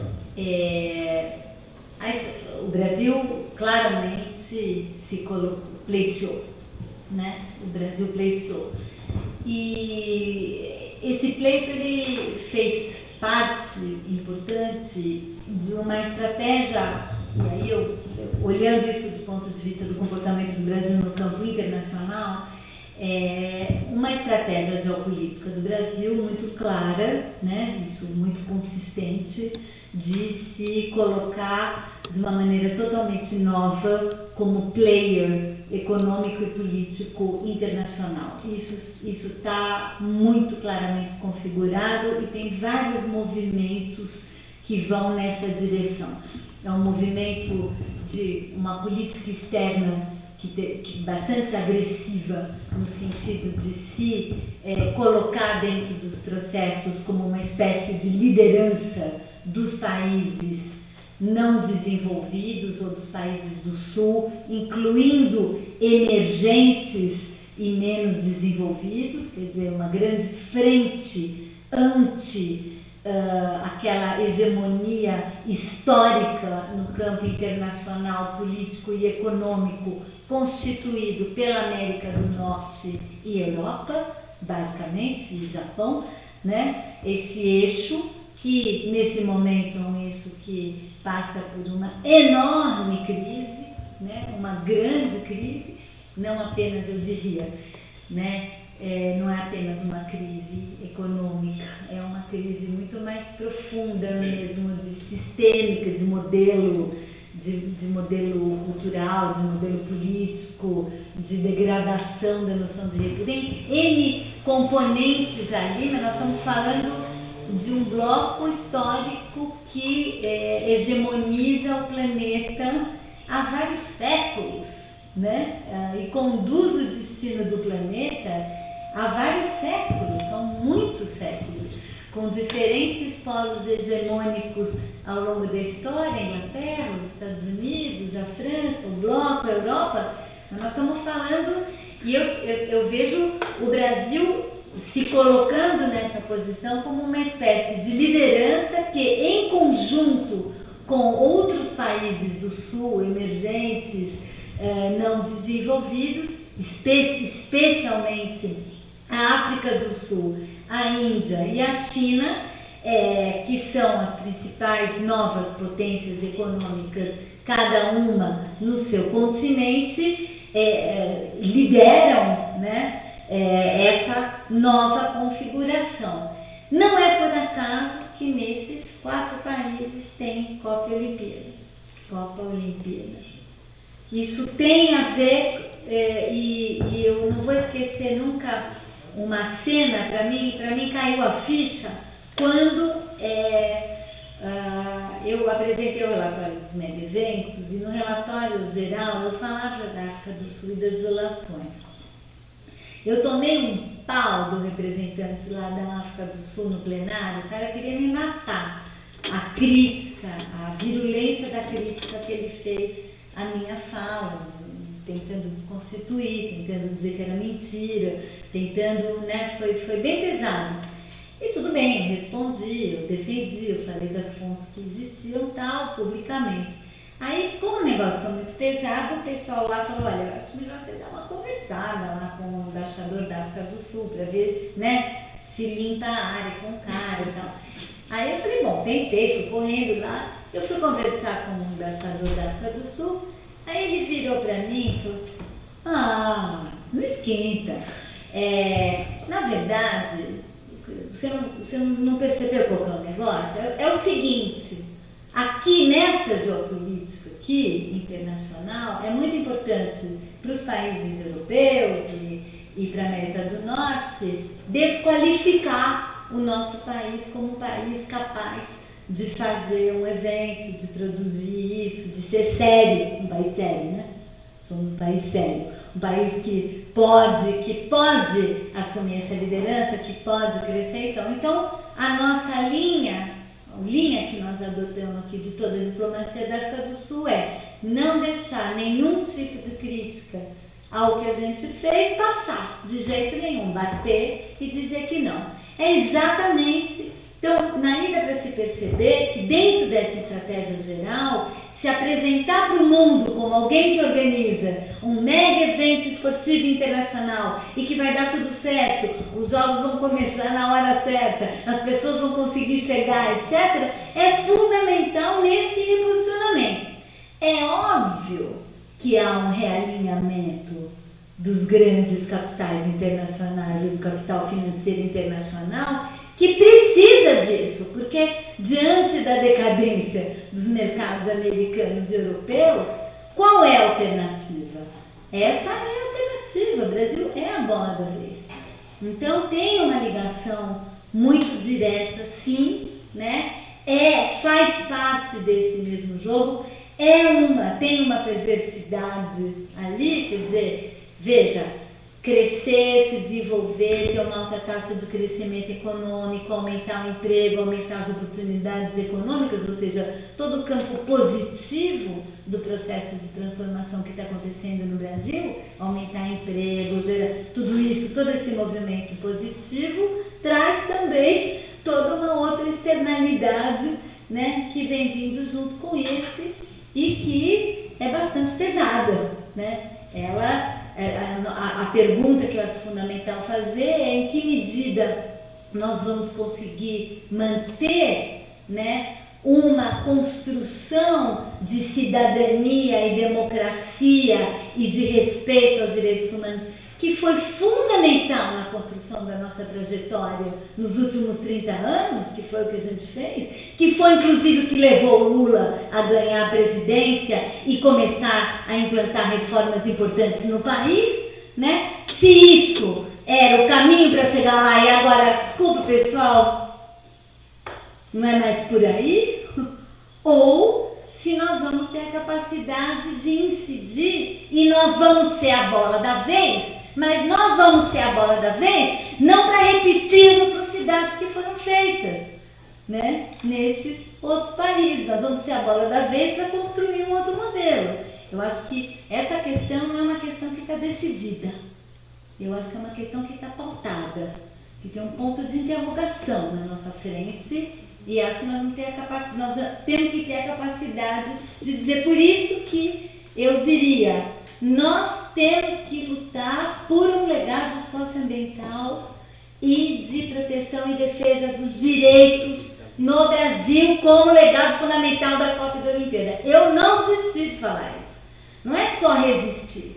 É mais que isso. Qual é a nossa proposta? Só tem FIFA e CBF de interlocutor e empreiteira para conversar sobre esse assunto? Só, mais nada. Ninguém mais vai conversar sobre esse assunto e dizer o que queremos com esse evento. Acho que nós também temos muito responsáveis, nós estamos calados. Nós temos que pegar a bola, né, nesse jogo e começar a dizer o que queremos com a Copa e com a Olimpíada, além de se divertir e assistir futebol, etc. Né? Acho que isso é uma questão.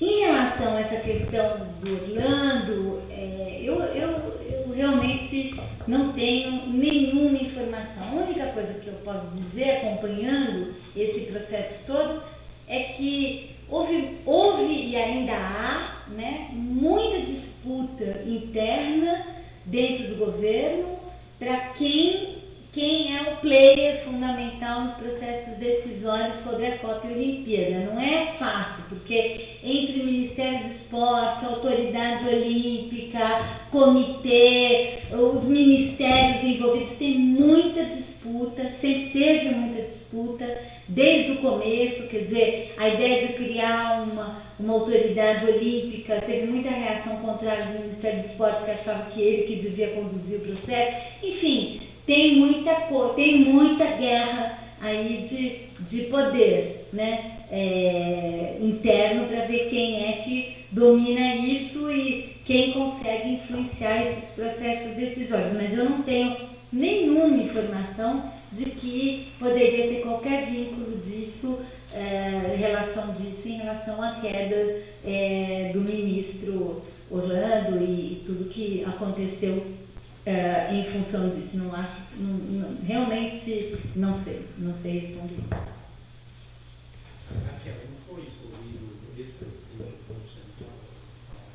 O Henrique Meirelles, deixa eu só explicar, a ideia, tem toda uma história, mas enfim, a proposta do governo, o governo propôs ao Henrique Meirelles de ser o presidente da Autoridade Olímpica, de construir a autoridade.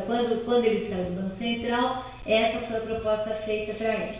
Simultaneamente, essa proposta, nesse mesmo momento, essa autoridade olímpica, na montagem do processo, perdeu uma parte importante do seu âmbito e da sua competência. Ou seja, ela que concentraria tudo, deixou de concentrar tudo. Parece que esse teria sido o motivo principal por que o Henrique Meirelles não quis.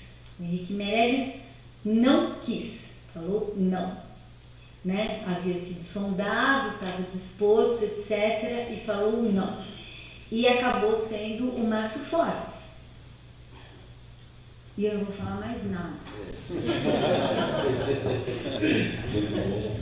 Então, né, duas questões, né, também. Acho que em relação a essa questão, né, da articulação com os parlamentares, né, a gente tem tido, pelo menos nós aqui do Comitê de São Paulo, uma proximidade, pelo menos, né, com na verdade, não organicamente no âmbito do comitê, mas nós deliberamos no comitê que nós vamos fazer, né, pelo menos uma audiência pública, né, em parceria com os deputados aqui do Estado de São Paulo. Já teve uma audiência pública articulada pelo deputado Simão Pedro, inclusive foi constituída uma comissão específica para fazer uma discussão. O ministro do Esporte esteve aqui, né? Estava sendo preparada lá uma grande festa na Assembleia Legislativa, mas nós fomos lá colocar areia na festa, né? E foi bom porque a gente cobrou, pediu para o ministro mais informação sobre as remoções, o despejo. O ministro quis levantar e ir embora, ele falou que ele tinha que responder, ficou aquele constrangimento, mas a gente foi lá, né, enfiar uma cunha, né, no dia que estava sendo preparada essa festa na Assembleia Legislativa em São Paulo. Foi no primeiro semestre desse ano. Depois o ministro Orlando Silva teve em São Paulo também numa articulação com o FEA, né, que organizou, né, a Federação Nacional aí dos Arquitetos, organizou uma série de audiências públicas pelo Brasil afora. E aqui em São Paulo agora nós estamos discutindo a possibilidade de uma outra audiência pública, né? Já dialogamos lá com o deputado Simão Pedro, a gente tem dialogado mais com ele, tem alguns outros parlamentares também, mas é o que está mais perto dessa agenda. Aqui na Câmara Municipal, né, o processo está hegemonizado aí pelo PCdoB local, que é o Gilmar Tadeu, que é o secretário da Copa em São Paulo. E eu acho que ele tem uma posição aqui em São Paulo muito, assim, não tem função nenhuma, né? Não sei exatamente o que é a função. E não sei porque aqui se propôs o PCdoB a entrar nesse processo aqui na cidade de São Paulo também. Isso não é da minha competência aqui também dizer, né? Bom, então aqui em São Paulo, eu até sugeri para a Juliana Cardoso, ela propôs uma audiência pública em São Paulo, ela propôs que, como tem a comissão, essa comissão especial da Câmara em São Paulo, talvez a proposição de um subcomitê no âmbito dessa comissão e pensar o que se fazer. Mas nós não conseguimos avançar nessa agenda com os parlamentares. Nós temos, de fato, um limite nisso, Adriano, de pensar, e quem sabe a gente pudesse refletir um pouco mais como é possível, né, melhorar essa articulação, tanto com a Câmara Municipal de São Paulo, né, como com a Assembleia Legislativa.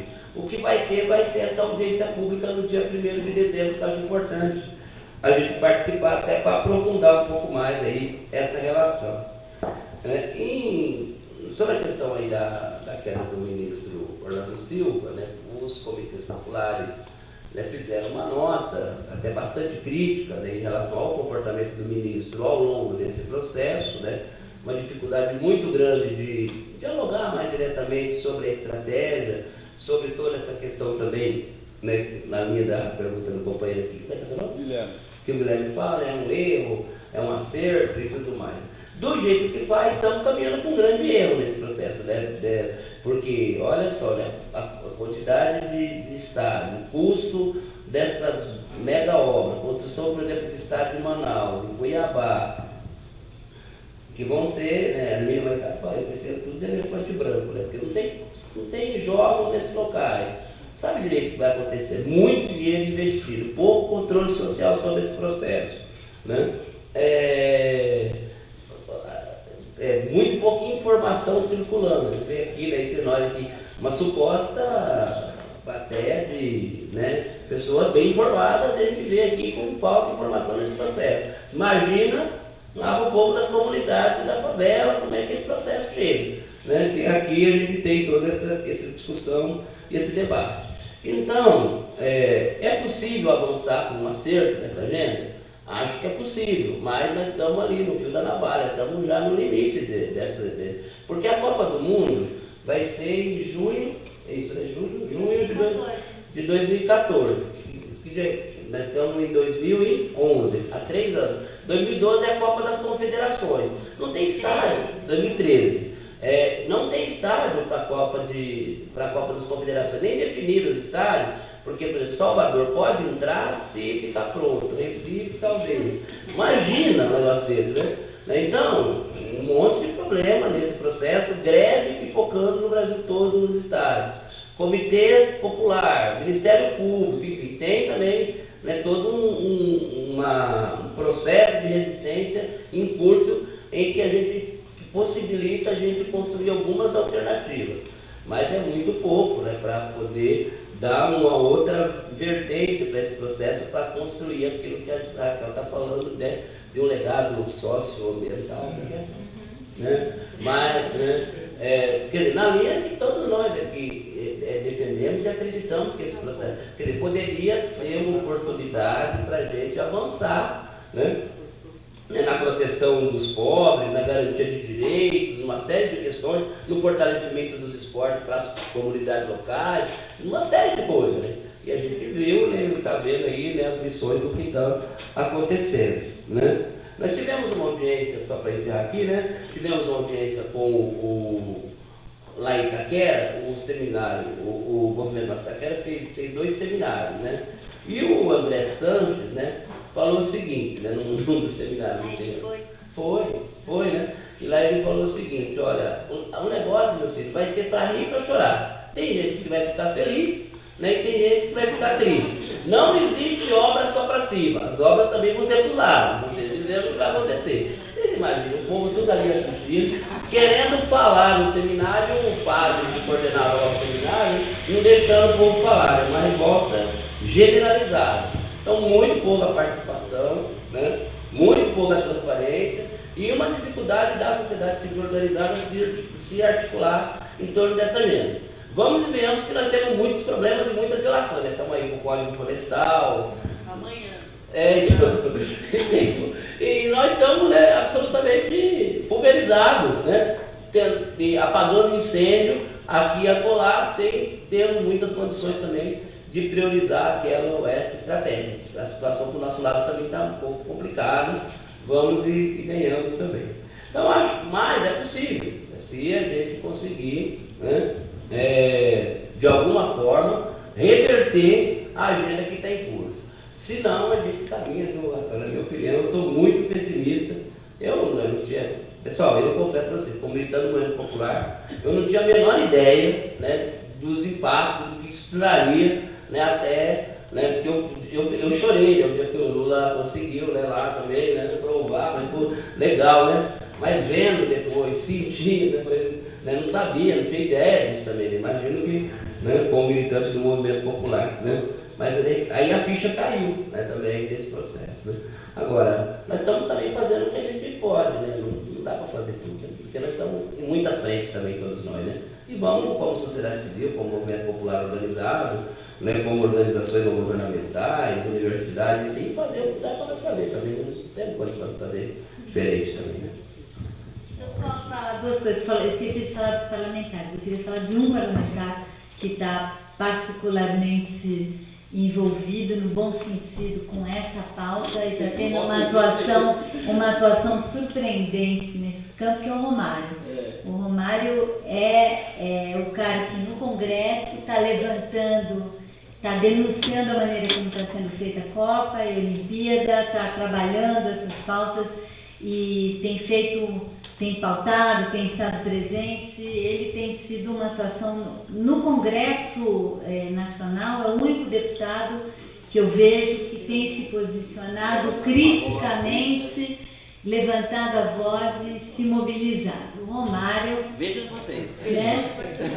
Veja vocês. Não, o Romário não é a primeira vez que o Romário faz essas coisas, né? Ele sempre teve muitas causas populares, mas como parlamentar, ele está sendo um parlamentar ativo. E a outra coisa que, quando você falou, eu lembrei, para a gente pensar também das experiências, em Vancouver, quando foi a Olimpíada, sede das Olimpíadas de Inverno, que a gente também não dá muita bola, mas é bem grande também, né? Porque a gente é um mega evento, um super mega evento. Aqui como não neva, né? A gente não tem equipe de esqui, então a gente não está nem aí para a Olimpíada de Inverno. Mas é muito grande, né? O mundo gelado todo se mobiliza. E foi em Vancouver e começou a acontecer a mesma coisa, e a partir de uma organização, de uma resistência e de um comitê, no caso é uma cidade só, né, Vancouver, eles conseguiram estabelecer um protocolo de conduta em relação à Copa Olimpíada e os temas de direitos humanos. Direito à moradia, direito ao trabalho decente, também tem várias coisas, tem um registro disso, desse protocolo. E eu quando for nos lugares e visitar as comunidades, eu sempre também vou conversar com o prefeito, o governador, vou conversar com o Ministério Público, tento sempre ver se abre um espaço e sugerir de que em cada cidade se construa um protocolo local. E que esse protocolo local coloque coisas básicas que nessas cidades precisam acontecer em relação à proteção e respeito de direitos humanos. Não é, além do trabalho informal, além da questão do trabalho em geral, do direito ao trabalho e do direito à moradia, também tem toda uma questão em relação a tráfico de crianças, adolescentes, mulheres para tráfico sexual. Isso é uma coisa muito grave que acontece também nos eventos, que aumenta para burro a prostituição e aí tudo, turismo sexual, aí tem um monte de coisa também no campo de violação, inclusive em relação a criança e adolescente. Então, isso também é um campo interessante de trabalho para se preparar e evitar que essas coisas possam acontecer.